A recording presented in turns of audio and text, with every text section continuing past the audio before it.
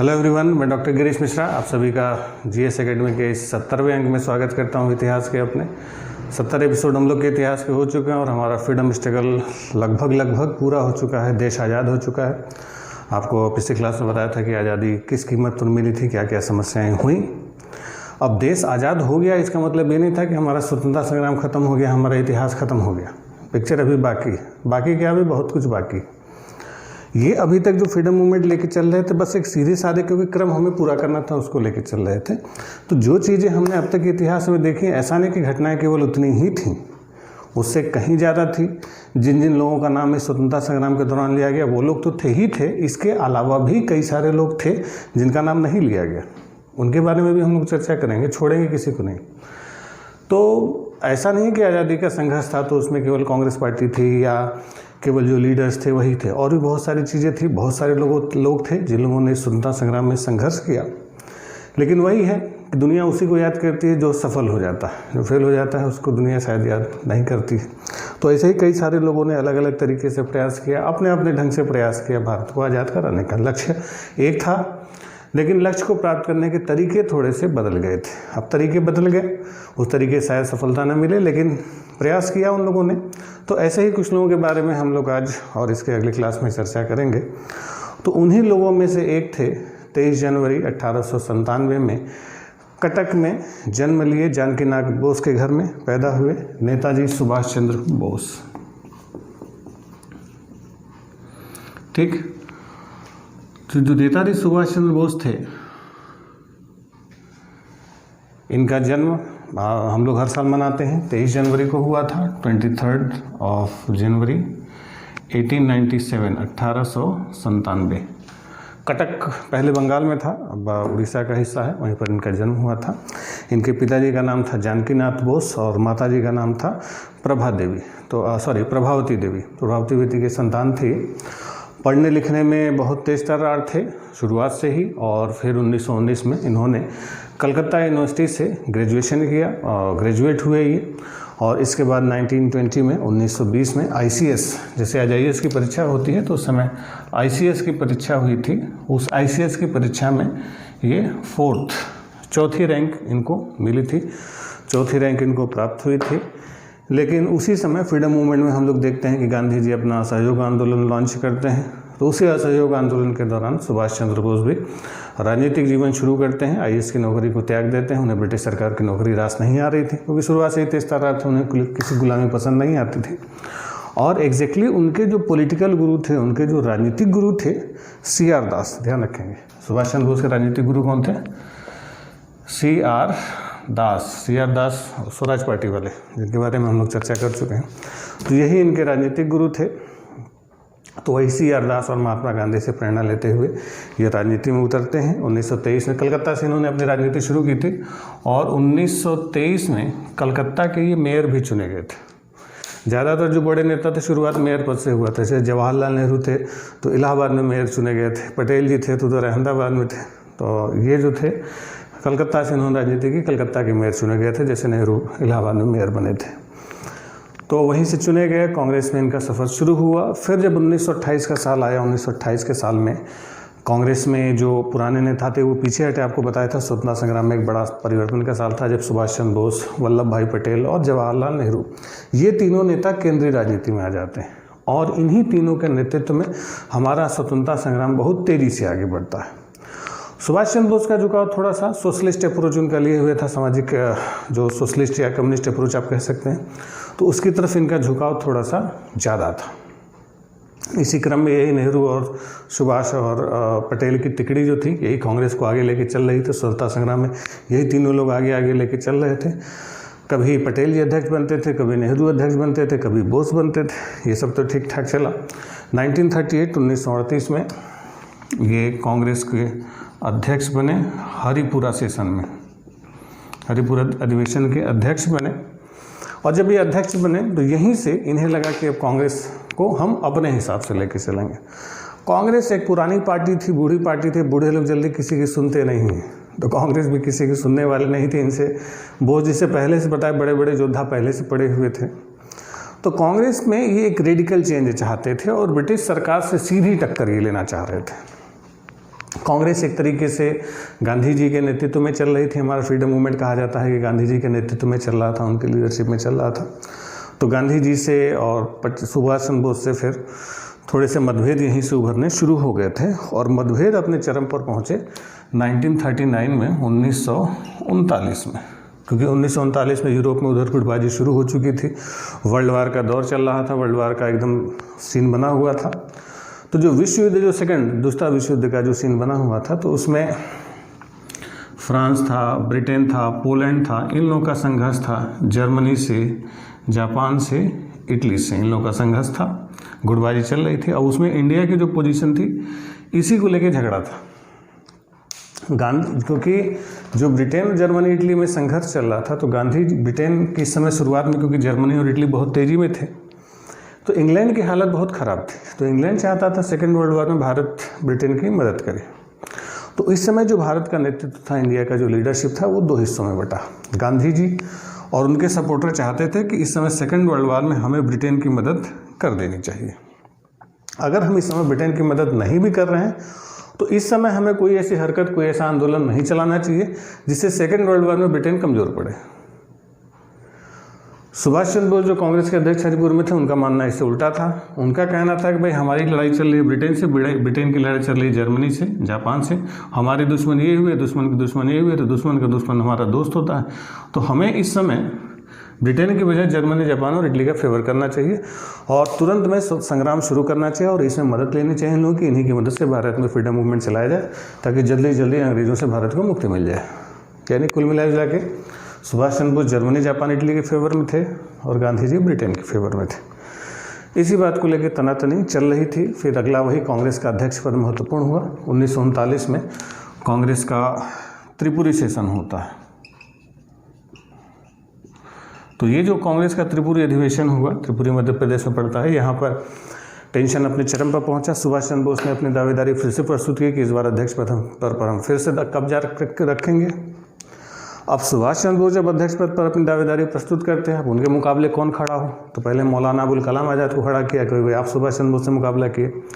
मौलाना साहब पढ़े लिखे आदमी थे, झगड़े में नहीं पड़े, बोलिए तुम लोग लड़ो, हम किनारे हटते हैं। मौलाना ने नाम खींच लिया वापस। अब सामने पड़े गांधी जी। अब सीधी टक्कर गांधी जी और सुभाष चंद्र बोस में होनी थी। अब गांधी जी क्योंकि अपने आप को सुप्रीम लीडर समझते थे, चुनावी राजनीति में आ नहीं रहे थे, तो वो खुद तो अध्यक्ष पद के लिए खड़े नहीं हुए, लेकिन उन्होंने अपने एक शिष्य थे उनके, पट्टाभी सीतारामैया, तो पट्टाभी सीतारामैया को सुभाष चंद्र बोस के खिलाफ कांग्रेस के अध्यक्ष पद के चुनाव में उतारा और उनको आशीर्वाद दिया कि चलो हम जितवा देंगे हमारे ही नाम पर। एक तरीके से मुकाबला गांधी और बोस में था, लेकिन पट्टाभी खाली गांधी जी की तरफ से थे, उनके पपेट टाइप से लड़ रहे थे। पता चला कांग्रेस के अध्यक्ष पद का चुनाव हुआ। लगभग 1500 के मुकाबले 1300 वोटों से पट्टाभी सीतारामैया चुनाव हार गए। लगभग 1300 पट्टाभी को मिले और 1500 सुभाष चंद्र बोस को मिले। सुभाष चंद्र बोस अध्यक्ष फिर से बन गए। तो यहाँ पर गांधी जी की सीधे सीधे सुभाष चंद्र बोस से हार होती है। गांधी जी अपनी हार स्वीकार करते हैं कि आज हम सुभाष बाबू से हार गए। अब गांधी जी हार तो गए थे, लेकिन कांग्रेस पर गांधी जी की पकड़ अभी भी मजबूत थी। पकड़ अभी भी गांधी जी की बनी हुई थी और कांग्रेस की जो सबसे बड़ी अथॉरिटी होती है CWC, कांग्रेस वर्किंग कमेटी कहा जाता है, कांग्रेस कार्यकारिणी। तो इस कांग्रेस वर्किंग कमेटी में, कांग्रेस कार्यकारिणी में उस ज़माने में 15 सदस्य हुआ करते थे। तो इस 15 सदस्यों में जो 13 सदस्य थे, सोचिए 15 में 13 सदस्य गांधी जी के फेवर में थे और 2 केवल सुभाष चंद्र बोस के पक्ष में थे। तो जब सुभाष चंद्र बोस अपने अध्यक्ष पद वाला कामकाज करना शुरू किया, आंदोलन की तैयारियां शुरू करनी, तो कार्यकारिणी ने कामकाज में आंगर डालना शुरू किया कि उनका कोई भी प्रस्ताव पास ही नहीं हो पा रहा था। तो जब उन्होंने अध्यक्ष पद वाला दबाव बनाया कि भाई हमारा प्रपोजल पास होना चाहिए, तो कांग्रेस कार्यकारिणी के 13 में से 12 सदस्यों ने, मतलब 15 में से 13 उनके विरोधी थे, 12 सदस्यों ने रिजाइन कर दिया। यानी 13 लोग विरोध कर रहे थे लेकिन रिजाइन किया 12 में। एक जो रिजाइन नहीं किए थे वो थे नेहरू। जवाहरलाल नेहरू भी कांग्रेस कार्यकारिणी में थे और सुभाष चंद्र बोस के विरोधी थे। उन्होंने सुभाष चंद्र बोस को चिट्ठियाँ भी लिखी कि मतभेद अपनी जगह होते हैं, राष्ट्र अपनी जगह है, लेकिन हालांकि नेहरू जी ने रिजाइन नहीं किया, बाकी 12 लोगों ने त्याग पत्र दे दिया। तो जब 12 और कहा गया कि भैया आप अपनी कार्यकारिणी फिर से बना लीजिए, हम लोग आपके साथ काम नहीं कर सकते। जब 15 में से 12 ने रिजाइन किया, रिजाइन हालांकि नेहरू जी को करना था, लेकिन होशियार आदमी थे, उन्होंने नहीं किया। तब सुभाष चंद्र बोस जी को ये समझ में आ चुका था कि अब कांग्रेस हमारे नियंत्रण में नहीं रह गई। फाइनली उन्होंने कांग्रेस के अध्यक्ष पद से रिजाइन कर दिया। तो जब सुभाष चंद्र बोस ने त्रिपुरी सेशन में कांग्रेस के अध्यक्ष पद से रिजाइन किया तो फिर बाकी समय के लिए अध्यक्ष कौन बने? डॉक्टर राजेंद्र प्रसाद। तो डॉक्टर राजेंद्र प्रसाद अध्यक्ष बने और फिर सुभाष चंद्र बोस कलकत्ता लौटते हैं और वहाँ पर उन्होंने क्या किया कि 1939 में 1939 में ही एक पार्टी बनाई, फॉरवर्ड ब्लॉक। ये इनकी राजनीतिक पार्टी थी और यही जो फॉरवर्ड ब्लॉक पार्टी थी, जब इन्होंने फॉरवर्ड ब्लॉक बनाया तब डॉक्टर राजेंद्र प्रसाद ने कांग्रेस के अध्यक्ष, क्योंकि कांग्रेस के अंदर रहते हुए दूसरी पार्टी की स्थापना इन्होंने कर ली थी, तो फॉरवर्ड ब्लॉक बनाने के कारण डॉक्टर राजेंद्र प्रसाद ने उनको कांग्रेस से हमेशा के लिए सस्पेंड कर दिया, कि उनको निलंबित कर दिया, भाई आप कांग्रेस में आप नहीं रहेंगे। कांग्रेस छोड़ दिए गए। कलकत्ता में उन्होंने अभी भी फॉरवर्ड ब्लॉक जो पार्टी है, ये सुभाष चंद्र बोस जी की स्थापित अभी भी पार्टी है ये, और अभी भी ये लोग विधानसभा चुनाव लड़ते हैं, फॉरवर्ड ब्लॉक वाले, इन्हीं की पार्टी थी। खैर, तो वहाँ पर स्थानीय स्तर पर उन्होंने राजनीति करनी शुरू कर दी। और उसी समय जैसे आपको जब बंगाल बता रहे थे प्लासी का युद्ध नवाब सिराजुद्दौला, तो उसी में आपको बताया था कि जून 1756 में 20 जून को एक घटना हुई थी, ब्लैक होल ट्रेजेडी। तो जो ब्लैक होल ट्रेजेडी हुई थी जिसमें 146 अंग्रेजों को एक छोटी सी कोठरी में बंद करके मार डाला गया था, तो उस ब्लैक होल ट्रेजेडी में जो जिंदा एक बचा था, 146 लोगों को बंद किया गया था, 23 बचे थे, 123 मर गए थे। तो उसी में एक जिंदा बचा था हॉलवेल ने वही कहानी लिखी थी। तो उसी हॉलवेल का मेमोरियल कलकत्ता में था। उसी हॉलवेल मेमोरियल को हटाने के लिए आंदोलन कर रहे थे, धरना प्रदर्शन कर रहे थे कलकत्ता में। तो इसी बात से नाराज होते हुए ब्रिटिश सरकार ने क्या किया, 1940 में 1940 में सुभाष चंद्र बोस को गिरफ्तार कर लिया गया और उनको हाउस अरेस्ट, नज़रबंद होता है ना, घर में ही पकड़ के रख दिया गया। तो हॉलवेल स्मृति को हटाने के विरोध में जो आंदोलन किया, तो उसी में उनको हाउस अरेस्ट किया गया, नज़रबंद हुए और ब्रिटिश सरकार ने उनको अरेस्ट कर लिया। लेकिन सुभाष चंद्र बोस थे, इतनी आसानी से हार मानने वाले नहीं थे। कुछ समय तक उन्होंने क्या किया कि नज़रबंदी में ही रहे, किसी को दिखाई नहीं पड़े। धीरे धीरे करके उन्होंने बढ़िया से दाढ़ी वाड़ी बढ़ा ली, जैसे कुछ समय तक हम भी बढ़ाए थे, कि ज़्यादा नहीं बढ़ पाई हमारी, उनकी ज़्यादा बढ़ गई थी। ऐसी बढ़ गई थी कि पहचाने में नहीं आ रहे थे। तो दाढ़ी वाड़ी बढ़ाए और बढ़िया से एकदम मुस्लिम का वेश धारण किए और जनवरी 1941 एक पठान का वेश धारण करते हैं, कुर्ता पजामा पहनते हैं, निकल लिए। तो जब ये निकले वहाँ से नज़र बचा के, नज़रबंदी में दाढ़ी वाड़ी बढ़ा के, तो निकले कहाँ से थे? कलकत्ता से निकले थे। तो कलकत्ता से निकले तो कलकत्ता से निकल के सीधे पहुँचे पेशावर। पेशावर से फिर इनका जो सफ़र था आगे बढ़ा। पेशावर से गए काबुल। काबुल में जो भारतीय सहयोगी था, जो ड्राइवर था, इनको छोड़ा। काबुल से यहाँ फिर जो है कि चले गए रशिया। अब जब ये रशिया पहुँचे, ये रूट था इनका, कलकत्ता का, पेशावर, काबुल और रशिया। रशिया जब पहुँचे तो रशिया इसलिए गए थे क्योंकि इनको उम्मीद थी, क्योंकि रशिया और ब्रिटेन में बनती नहीं थी। एक्चुअली जो सेकेंड वर्ल्ड वॉर का जो सीन बना था, तो जर्मनी जो सेकेंड वर्ल्ड वॉर में आगे बढ़ा, जैसे शुरुआत में ब्रिटेन चाहता तो जर्मनी को कंट्रोल कर लेता, लेकिन हुआ यह था कि ब्रिटेन ने जर्मनी को शुरुआती दौर में बढ़ने इसलिए दिया कि ब्रिटेन को लगता था कि जर्मनी रूस के खिलाफ अच्छा हथियार हो सकता है, पूर्वी यूरोप में दबदबा बना सकता है, रूस को हरा सकता है। और ब्रिटेन और रूस में बनती नहीं थी, 36 का आंकड़ा बिल्कुल था। तो उसी रूस के चक्कर में जर्मनी को शुरुआत में ब्रिटेन ने दबाया नहीं। जर्मनी बहुत बड़ा हो गया। जब बड़ा हो गया तो पता चला ही नहीं, खिलाफ हुआ खड़ा हो गया। तो रशिया और ब्रिटेन में नहीं बनती थी। सुभाष चंद्र बोस वहाँ रशिया में गए और वहाँ से मदद लेने की कोशिश की कि भाई हमारे फ्रीडम मूवमेंट में मदद की जाए ब्रिटेन के खिलाफ। यहीं पर हो गई गलती ये हो गई, उसी समय जर्मनी ने हमला कर दिया रूस पर। जब जर्मनी ने हमला कर दिया रूस पर, तो अब रूस और जर्मन दुश्मन हो गए और जर्मनी का दुश्मन ब्रिटेन था, ब्रिटेन रूस एक हो गए। नहीं समझ में आया। जैसे वर्ल्ड वार चल रहा था, बताया आपको कि एक तरफ ब्रिटेन था, ठीक है, एक ही एक लेते हैं, और इधर जर्मनी था, ठीक। ब्रिटेन की शत्रुता थी रशिया से। रशिया एक कम्युनिस्ट कंट्री था, ब्रिटेन बर्दाश्त नहीं करा, हमेशा से दुश्मन रहा है। तो जब जर्मनी अपनी ताकत बढ़ा रहा था तो ब्रिटेन ने उसको रोकने की कोशिश नहीं की, क्योंकि जर्मनी का इस्तेमाल जो ब्रिटेन करना चाहता था रशिया के खिलाफ, ठीक, क्योंकि रशिया ब्रिटेन में बनती नहीं थी। सुभाष चंद्र बोस पहुँचे कि भाई हम चलें, क्योंकि जर्मनी और ब्रिटेन में नहीं बनती, लेकिन अंतर्राष्ट्रीय राजनीति इतनी खतरनाक होती है, खासतौर पर यूरोप की राजनीति बहुत उलझी। हुआ ये कि जर्मनी ने पलट के, जब सुभाष चंद्र बोस रशिया पहुंचे उसी समय जर्मनी ने पलट के रूस पर हमला कर दिया। जब जर्मनी ने रूस पर हमला किया, जर्मनी ब्रिटेन का दुश्मन, अब रूस पलट के ब्रिटेन के फेवर में आ गया और जर्मनी के खिलाफ चला गया। अब यानी जिससे मदद ले, यानी रशिया से गए थे मदद लेने के लिए किसके फेवर में? अपने फेवर में, ब्रिटेन के खिलाफ। पता चला वर्ल्ड वार में ब्रिटेन आ गया। रूस से मदद लेने गए थे ब्रिटेन के खिलाफ, अब पता चला रूस ब्रिटेन के ही फेवर में आ गया था जर्मनी के अगेंस्ट, उल्टा पड़ गया। तो अंतर्राष्ट्रीय राजनीति बड़ी उलझी होती है, जल्दी समझ में नहीं आती। समझ गए? फिर से बताते हैं। रूस गए थे ताकि ब्रिटेन के खिलाफ मदद ली जाए, तब तक जर्मनी ने हमला कर दिया रूस पर, और रूस चला गया किसके पाले में? ब्रिटेन के पाले में। अब ब्रिटेन खुद रूस का समर्थक हो गया, अब यहाँ कोई मतलब नहीं निकला।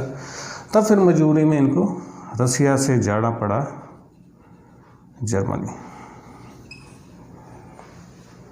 ठीक। रशिया में काम नहीं बना, क्योंकि रशिया खुद ब्रिटेन की तरफ हो गया था, तो ब्रिटेन के खिलाफ तो मदद करेगा नहीं। तब ये पहुँचते हैं जर्मनी में यहीं पर मई 1942 में 1942 में इनकी मुलाकात होती है एडोल्फ हिटलर से। हिटलर ने इनको नेताजी संबोधित किया और वहीं के जर्मन रेडियो से इनको भाषण देने की परमिशन दी गई। और इसी समय 1942 में, जिस समय नेताजी सुभाष चंद्र बोस जर्मनी में थे, उसी समय इन्हें खबर मिलती है कि ये पिता बनते हैं, फादर। इनकी बेटी जो थी अनीता बोस, इनका जन्म होता है इसी समय नवंबर 1942 में, यानी नवंबर 1942 में ये पिता भी बनते हैं। अब इनकी शादी कब हुई? इनकी जो वाइफ थी वो यूरोपियन थी, स्विट्जरलैंड में रहती थी। 1934 में सुभाष चंद्र बोस से इनकी मुलाकात हुई थी। 1934 में इनका जो नाम था, यूरोपियन नाम एक्चुअली बहुत टेढ़े होते हैं, एमिली नाम था इनका, इमली नहीं, इमेली, SCHEN, शेंकल। तो एमिली शेंकल इनकी वाइफ थी। इन्हीं एमिली शेंकल से इनकी बेटी होती हैं अनीता बोस, ठीक है। तो 34 में इनकी मुलाकात हुई थी, फाइनली नवंबर में इनकी बेटी होती हैं, पुत्री का जन्म होता है। उस समय जर्मनी में थे सुभाष चंद्र बोस। खैर, जर्मनी से मदद मांगते हैं। जर्मनी से एडोल्फ हिटलर तैयार था, क्योंकि उसकी ब्रिटेन से दुश्मनी थी। ब्रिटेन का कोई भी दुश्मन उसके लिए दोस्त हो सकता था। उसी समय जापान इधर एशिया में आतंक मचाए हुए था ब्रिटेन के खिलाफ। तब फिर एक सबमरीन, जर्मन सबमरीन में बैठ के सुभाष चंद्र बोस इस जर्मनी के सहयोग से एक पनडुब्बी ली और सीधे पहुंच गए टोक्यो, क्योंकि जापान उस समय आगे बढ़ रहा था भारत की तरफ। तो टोक्यो की तरफ ये बढ़े, और टोक्यो आने का जो निमंत्रण था इनको, उस समय एक पुराने भारत के बहुत बड़े क्रांतिकारी वहाँ पर बैठे हुए थे, रास बिहारी बोस की कहानी अगले क्लास में आपको बताएंगे। तो रास बिहारी बोस बहुत पुराने क्रांतिकारी थे। वो ऐसे क्रांतिकारी थे कि जैसे आपने सुना होगा कि भगत सिंह ने गोली मारी सैंडर्स एक पुलिस अफसर था। रास बिहारी बोस ऐसे आदमी थे जिन्होंने छोटे मोटे आदमी को मारने का प्रयास नहीं किया, सीधे वायसराय पर ही बम मार दिया था। वायसराय सबसे बड़ा आदमी। तो ऐसे भी लोग हमारे यहाँ रहे हैं, बस थोड़ा जानकारी का अभाव होता है। तो रास बिहारी बोस बम मार के फिर वहीं बैठे हुए थे। बम मारा था उन्होंने सन 1912 में। अभी कौन सा साल चल रहा है? 42-43, यानी कि 30 साल पहले सब कांड करके वहाँ संत हो चुके थे। तो पुराने क्रांतिकारी थे रास बिहारी बोस, वो वहाँ बैठे हुए थे और वो सारी व्यवस्था बना रहे थे, जाल अपना बुन रहे थे। भाई क्रांतिकारी थे, भाई भारत से लगाव था उनका, इतना बड़ा कांड करके गए थे, वायसराय को मारने की कोशिश की थी। तो इतनी आसानी से तो शांत नहीं बैठने वाले। अब जापान में बैठे बैठे योजना बना रहे थे कि कैसे कुछ किया जाए। अब माहौल भी बन रहा था। तो उन्होंने क्या किया कि जापानी सरकार को ये प्रस्ताव दिया कि भाई आप जो, जैसे जापान एशिया में आगे बढ़ रहा था, तो और इंग्लैंड को हरा रहा था। तो इंग्लैंड में ज़्यादातर भारतीय सैनिक थे, तो भारतीय सैनिक जो सरेंडर कर रहे थे तो उनका कहना था कि भारतीय सैनिकों को दे के आप एक सेना बना दीजिए और वही लोग से फिर भारत पर चढ़ाई करवा दीजिए। तो रास बिहारी बोस ही ये सब दिमाग वहाँ पर जापान में बैठे बैठे लगा रहे थे और उन्हीं के कहने पर 13 जनवरी 1943 को पहुँच गए सुभाष चंद्र बोस कहाँ पर, टोक्यो, जनवरी 1943। ठीक, और वहीं पर आइडिया देना शुरू कर दिया था और कहा इन्होंने, हालांकि रास बिहारी बोस ने भी बनाया नहीं था, केवल अनाउंस कर दिया था। जापान सरकार से मिलजुल के कहा कि भाई जो ब्रिटिश सैनिक सरेंडर कर रहे हैं भारतीय लोग, उनको आप जमा कीजिए और एक सेना बना दीजिए। हालांकि बनाया नहीं था।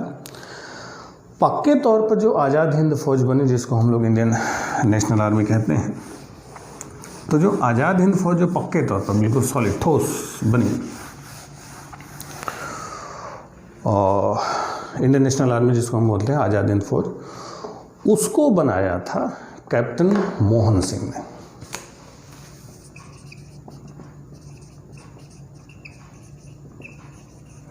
कहा जाता है कि आज़ाद हिंद फौज के संस्थापक यही थे। कई लोग गलतफहमी में कह देते हैं कि आज़ाद हिंद फौज सुभाष चंद्र बोस जी ने बनाया था। नहीं, विचार दिया था रास बिहारी बोस ने और बनाया था कैप्टन मोहन सिंह ने।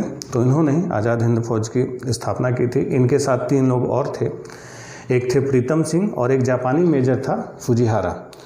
तो जापानी मेजर फुजिहारा ने भी इसमें मदद की थी, उसी ने प्रेरणा दी कि भाई आप लोग बना लीजिए। तो 40,000 सैनिक, 40,000, 40,000 सैनिकों के साथ इसकी स्थापना की गई थी सितंबर 1942 में। तो सितंबर 1942 में 40,000 फौजियों के साथ कैप्टन मोहन सिंह ने आज़ाद हिंद फौज की स्थापना की। ठीक, उधर जब जापान सिंगापुर पर कब्जा किया, सिंगापुर एशिया में ब्रिटेन का सबसे बड़ा नौसैनिक अड्डा था। तो जब सिंगापुर पर जापान का कब्जा हुआ, तब सिंगापुर पहुंचते हैं सुभाष चंद्र बोस, जुलाई 1943। तो ये टोक्यो से फिर कहाँ पहुंच गए, सिंगापुर। पूरा रूट आप देख लीजिए, कलकत्ता, पेशावर, काबुल, रूस, जर्मनी, टोक्यो, सिंगापुर, आधी दुनिया घूम गए थे, एक चक्कर पूरा लगा गए थे।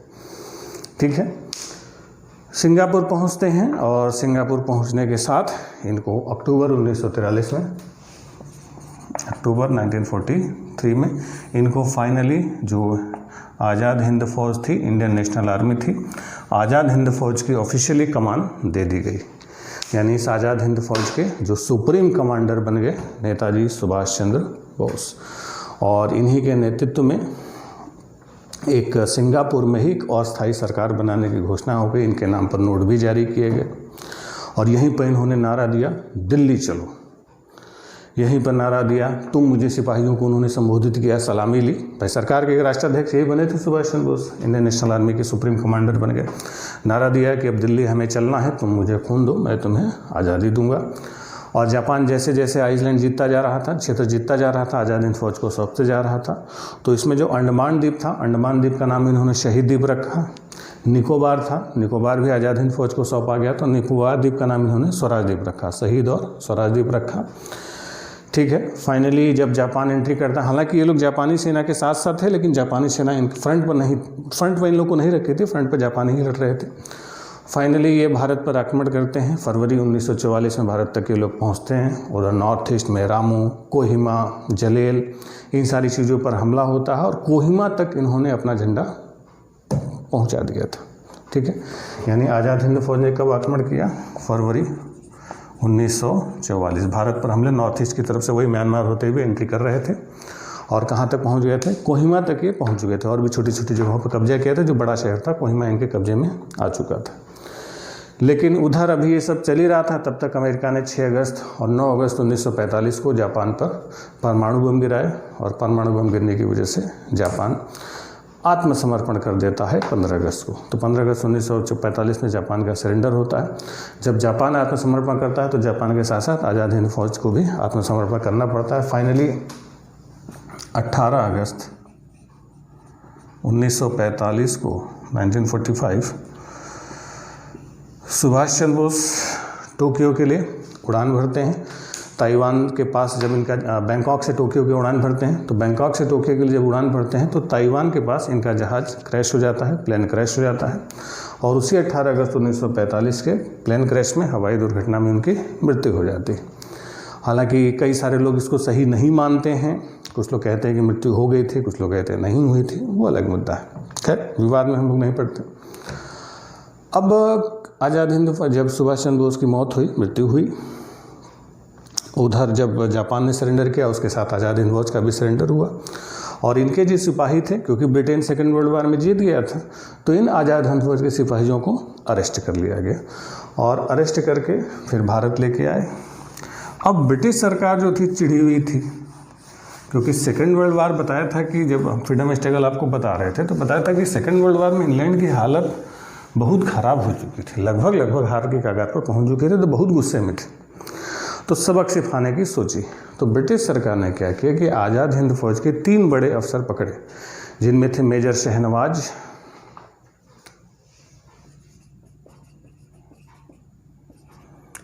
गुरबख्श सिंह ढिल्लो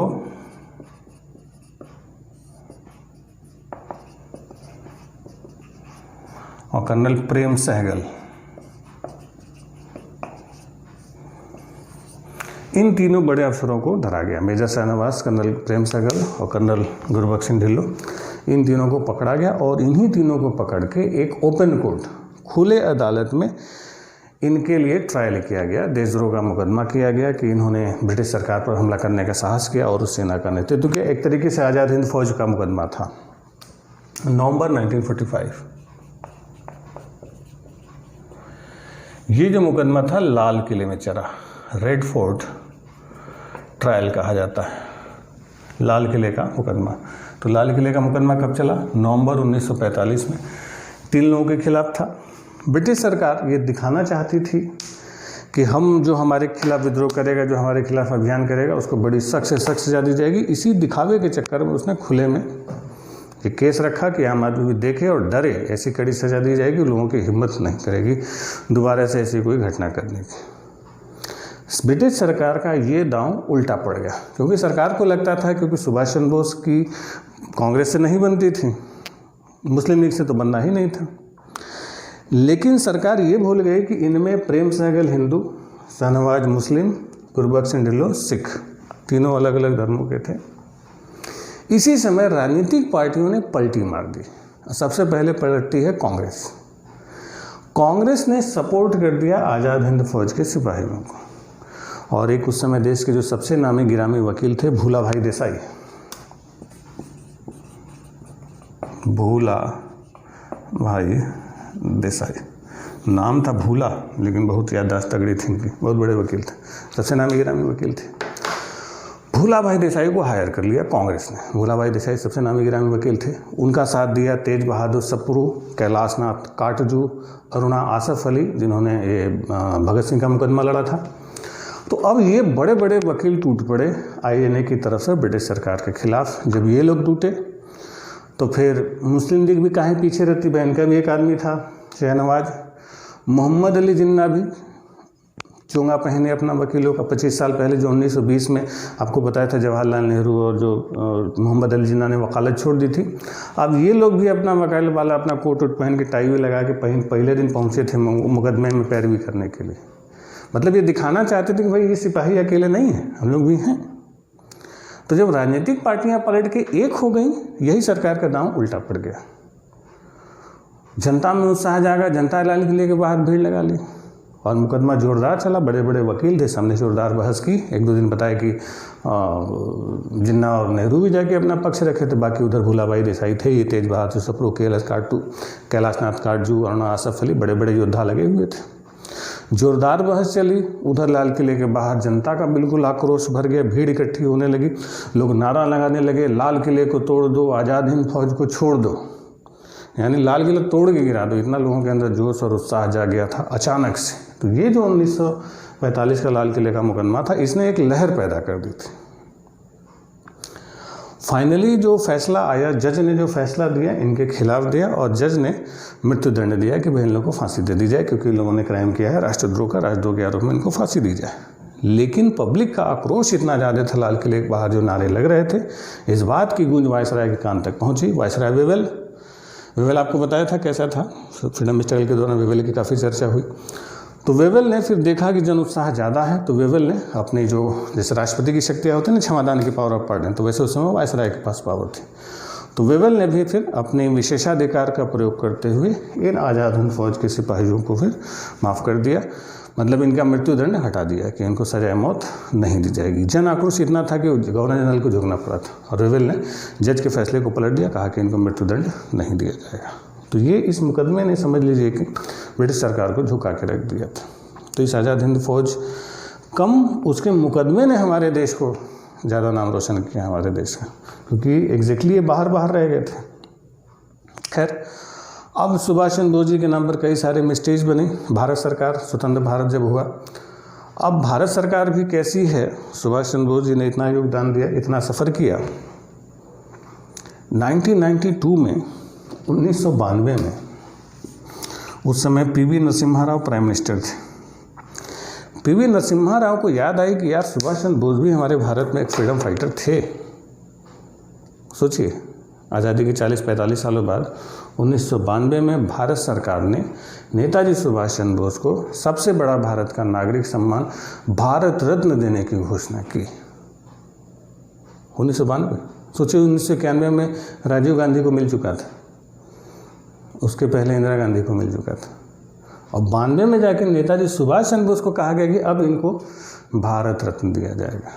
जब ये घोषणा की गई, बड़े शान से भारत सरकार ने डिक्लेयर कि भाई तो इधर बड़े फ्रीडम फाइटर एस.सी. बोस, इनको हम भारत रत्न देंगे, जो भारत का सबसे बड़ा नागरिक सम्मान होगा, और उनको सम्मानित किया जाएगा।